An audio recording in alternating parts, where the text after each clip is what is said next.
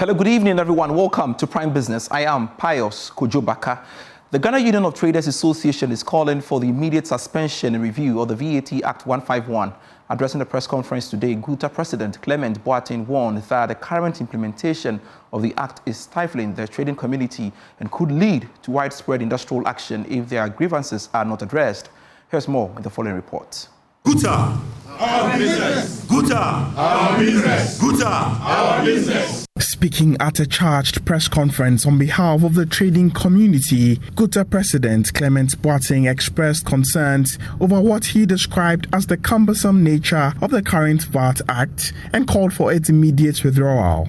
This regime poses a significant challenges to the trading community, and if not addressed urgently, will negatively impact business operations, leading to increased costs for consumers and then potential job losses. We therefore propose the following solutions. 1, we urge the government to review Act 1151 urgently and introduce a simplified 3 to 4% VAT status quo for the informal sector, making it easier for traders to comply. Joseph Paddy, Vice President of the association, lamented the dire effect of the new VAT reform. Let's do this simple calculation. You come to my shop and buy a Sprinter engine for your truck, and I give it to you for 50,000. The government is saying I should take you a tax component of 20% or the 50,000, which means you are going to pay extra 10,000 for the same engine that I'm giving you for 50,000. Now it's going to become what? 60,000. So it's going to cause price increment. GUTA also faulted the Revenue Mobilization Authority for failing to adequately engage stakeholders prior to implementing the new VAT regime. Following the budget presentation, we met with GRA and highlighted several implementation challenges. We mutually agreed on education and sensitization program and the formation of a technical committee to address these challenges. Despite our efforts, GRA has not respected the resolution that all of us agreed on. Instead, they have formed a task force to harass and coerce traders into submission. The press conference concluded with a demand for the immediate withdrawal of the newly constituted Revenue Mobilization Task Force, with GUTA alleging that some actions by the GRA amount to intimidation of traders. We demand that GRA halt all harassment of traders and engage in meaningful dialogue to address the challenges posed by this Act 1151. Meanwhile, the GRA insists the new VAT Act 1151 will not spike prices, contrary to what GUTA alleges. For Joy Business, Atase Nyako. Now, Chief Executive Officer of MTN Ghana, Stephen Blewett, has credited the country's impressive economic turnaround last year for enabling the company to make strategic investments, further solidifying its market dominance. The company last year invested over $1 billion in its network and operations, which has contributed to MTN Ghana's growth successfully. Now, I sat down with the Chief Executive Officer in this exclusive interview. I think any business wants a stable macro environment. And that's what we got in 2025. I mean, it gives me a little bit of joy sometimes when I go back to SA and I say to people, our currency, the CD, is stronger than the rand. Yeah. That gives me a little bit of... It's judged the best in Africa. Exactly. And it's the best improving. So beyond just the macros of the exchange rates, you know, the inflation, every single large company like us wants stability. That's the most important thing, because we plan 2-3 years in advance. Investments are made. We will invest over $300 million this year in Ghana. Now, we need to know that investment is not going to pay off in 1 year. So as a CEO, as a business, we need to know there's a stable economic future. And that's what brings such certainty to us as a business. That, hey, we will keep investing because we see a stable economic macros in place. And we're glad to play our part as part of this ecosystem. We're the largest taxpayer in the country. So we do contribute, and we're confident. We have that confidence. And I think when you have a stable macro, it brings business confidence. And when I speak to all my colleagues in other companies, that business confidence is highly pervasive throughout all of us. And I guess looking at how the various macroeconomic stability has been over the period, you were able to make some great strides. Walk me through some of the strides you were able to make during the period. Well, I think one of the big things for us is when you've got a strong currency, for example, everything we spend on the network. So if I spend $200 million, $250 million, like last year on the network, I'm taking CDs paying dollars. So obviously I've got more, I can get more because obviously I've got a stronger, so that allows me to invest more. And that's really, really important because we got more spectrum last year, which allowed us to improve the network quality, but then we had to add equipment to do that. So if we didn't have these stronger economic conditions, it would have made it very difficult because we would have been given the spectrum but not being able to put the equipment. So those things become really important for us because that's one of the biggest areas that is a challenge for us. But it also means that if other industries are performing and if the average Ghanaian's got more money in their back pocket, more disposable income, then everyone's better off. And as you know, last year we gave 15% extra value on data for no additional cost. All right, let's talk about the challenges. Certainly, in as much as the year may have come with its own, positive outlook, etc., you may have encountered one or two challenges. How were you able to surmount that?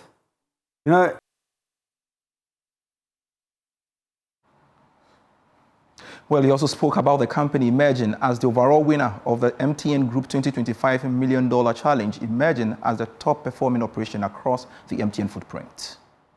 Every year, MTN has a gathering called the Global Leadership Gathering, the GLG. And in that event, they recognize people and companies throughout the 19 territories that MTN operates who have done well and successfully achieved certain criteria.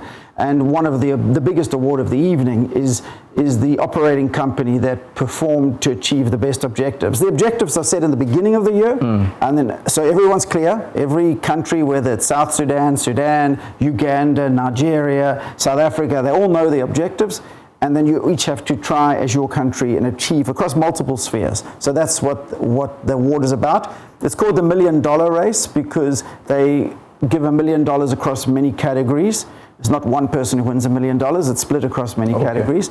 Then, so you can win individual prizes, but there's an overall winner. And we won the overall winner of that prize.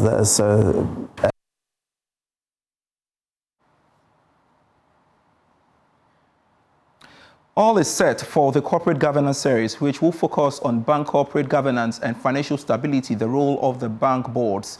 The event, which is slated for tomorrow, February 12, at the GIMPA Law School, will have great speakers discover how effective board leadership safeguards financial stability and drives sustainable growth in the banking sector. Gertrude Amoko-Ama is the Director of Corporate Secretarial and Training Services Limited.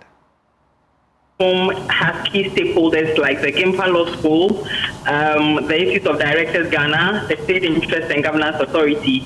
And the aim of the platform is to bring to the fore for urgent and sustained discussions issues concerning corporate governance of businesses or institutions in Ghana and even beyond.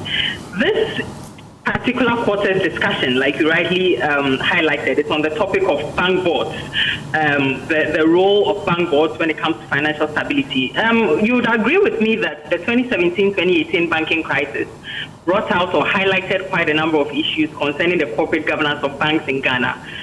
After 2017, there's been quite a good number of changes that has happened to the legal and regulatory framework for the governance of banks. So we decided to put together this particular discussion around this theme to take a look at what the current state of the governance of our Ghanaian bank boards are. Following the changes made by the Bank of Ghana, have there been some improvements in the governance of boards, and what is the way forward when it comes to the governance of boards of banks in Ghana? So this is actually the intention between this particular quarter's discussion on the corporate governance team. And to some other stories, country lead, who is also the chief executive officer of Sanlam Allianz Life Insurance, Teya Ben Ahmed, has announced that the company will prioritize claims payment this year, leveraging technological advancements to enhance insurance coverage nationwide.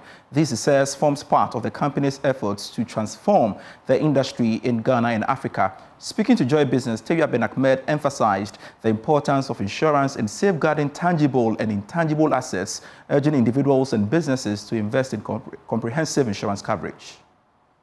2026 is to optimize. We have merged, we have integrated, we have stabilized. Now we are optimizing. And so that is for us. And what does optimization mean? We want to play claims in record time. I mean, one of the important things about insurance, or generally insurance, is a promise to pay claims. That's how I describe insurance. And so when you have paid claims, you really haven't done anything extraordinary in the insurance business, because insurance is just about the promise to pay claims. So what is critical is how you pay the claim, the delightful nature of how you process and pay the claim.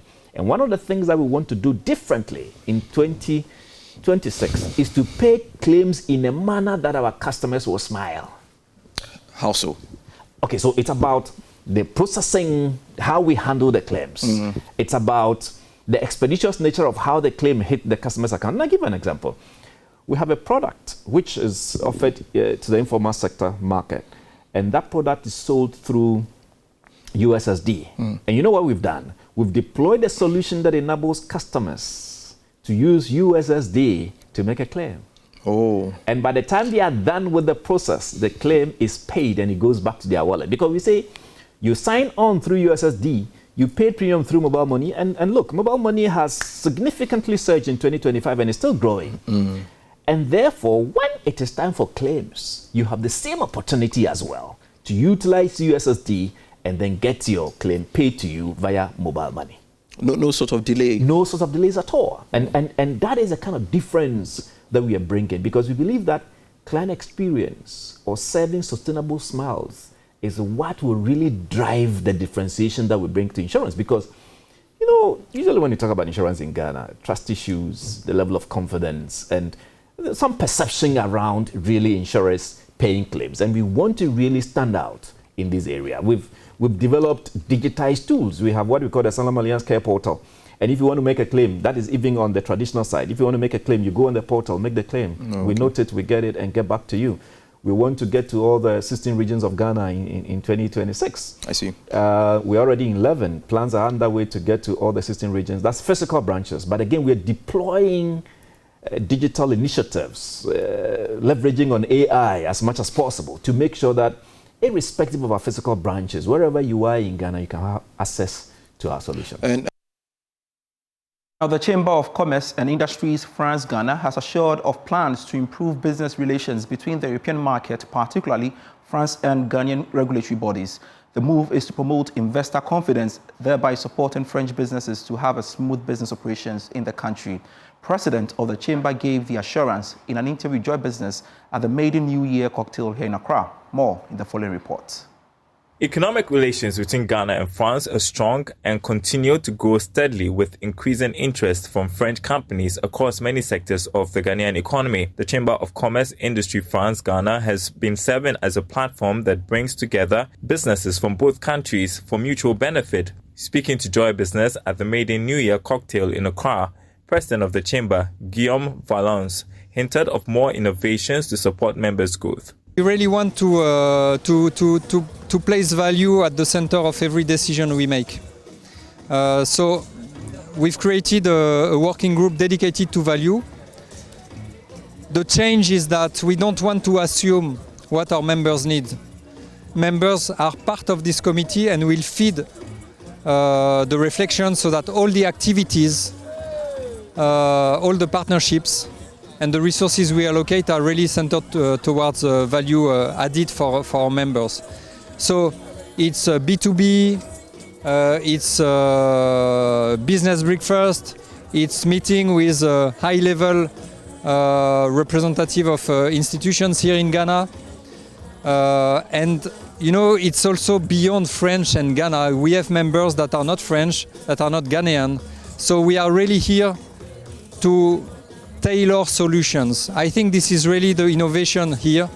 Valence also spoke about the favorable business climate in Ghana over the past 5 months. Earlier, Ghana is the most stable country in West Africa. If you look at political situation, security situation, What struck me when I arrived in Ghana is to meet companies that are here for, and people that are here for 15, 20, 25 years. You don't find that in every country in West Africa. So stability really matters. I also spoke about regulation clarity. Of course, regulation is a challenge for foreign companies, and this is where the CCI can help. I also mentioned human capital. Level of education in Ghana is very high,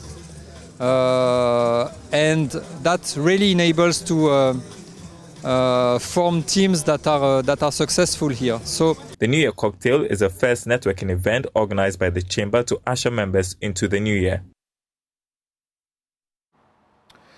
This evening, about 95% of family businesses worldwide fail to survive beyond the third generation, prompting urgent calls for a stronger governance and long-term succession planning.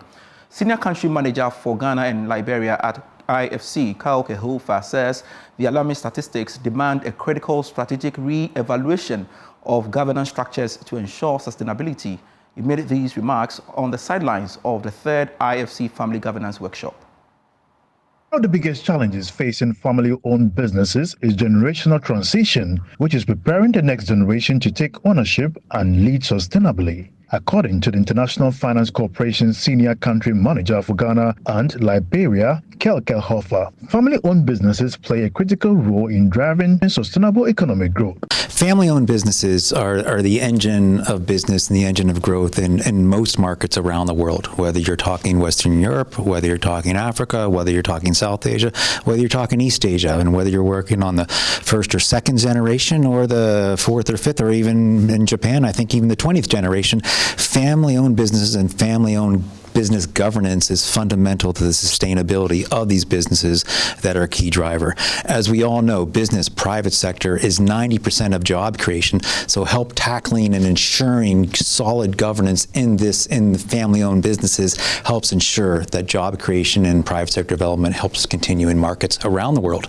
including here in Ghana. He further highlighted the significance of the workshop in strengthening domestic businesses and improving their access to finance. National best practice, but international practice has many different ways of manifesting itself. And so what we're here is to share what are other international practices around the world that companies here in Ghana can leverage. In most markets, it's actually the family businesses that go on to become the large local corporates in a country, engaging in differing sectors, sometimes becoming regional companies and even global companies. And we IFC have always had a focus, but now have an even increased focus on helping local corporates, including local corporates here in Ghana, which are largely family businesses, help grow and become these cross-sectoral and regional players and improve their markets, improve their business opportunities, and, as I said earlier, improve their access to finance. The International Finance Corporation's Family Business Governance Workshop was held under the theme, Passing the Baton, Preserving Purpose, Managing Generational Transitions. You're still watching Prime Business. Young African entrepreneurs have been urged to take positive actions to move the development of the continent to the next level. The call follows the continent's huge youth population and the projected potential of becoming the most youth continent in the next few years. Founder of Success Africa Foundation, Albert Prempeh-Kusi, gave the challenge at the 19th Success Africa Summit here in Accra convocation. More in the following report. The summit, organized by the Success Africa, gave opportunity to entrepreneurs and graduates to engage with business leaders and industry players across the continent. As part of the Success Summit, participants were engaged in their field of interest and appropriate channels to support their initiatives. Speaking to Joy Business after his presentation, founder of Success Africa Foundation, Albert Prempeh-Kusi, believes that young Africans can leverage opportunities to develop the continent. Yeah, we believe that young people in Africa must take their destiny into their own hands. As a young person in the University of Cape Coast, I was able to begin this idea in 2008, and that is how far we've come with it. So we want to challenge young people that we must take Africa to the next level. If we are willing to bring out our potential, if we are willing to defy the odds and not only see problems, but identify the few opportunities we can find around ourselves and tap into our strengths, we will be able to build a better continent for Africa. Chief Executive of TriCare, Dr. Ifiasewa Champon used the occasion to call on young entrepreneurs to have a routine schedule to ensure consistency in their health system. Last but not the least, it was to instill discipline in us rather than motivation. I don't have to come and motivate you to do things if you have a routine. 6 a.m. I get up, 30 minutes I exercise. After that I drink water. From the water I go to class. After that I have breakfast. I'll choose what I'm eating. I'll be intentional. I'm not walking anyhow. I'm not doing things anyhow. When I'm tired, I'll take a power nap. I'll recharge my brain so that it will be ready to receive more things. We do better when we follow the disciplines that help our body to house our emotions and our spirit, and that will bring success. The 19th Success Summit was themed Beyond Vision, Dare to Act and Achieve. Thanks so much for watching Prime Business for tonight. I am Pius Kojobaka. Razak Musbao is next with Prime Sports.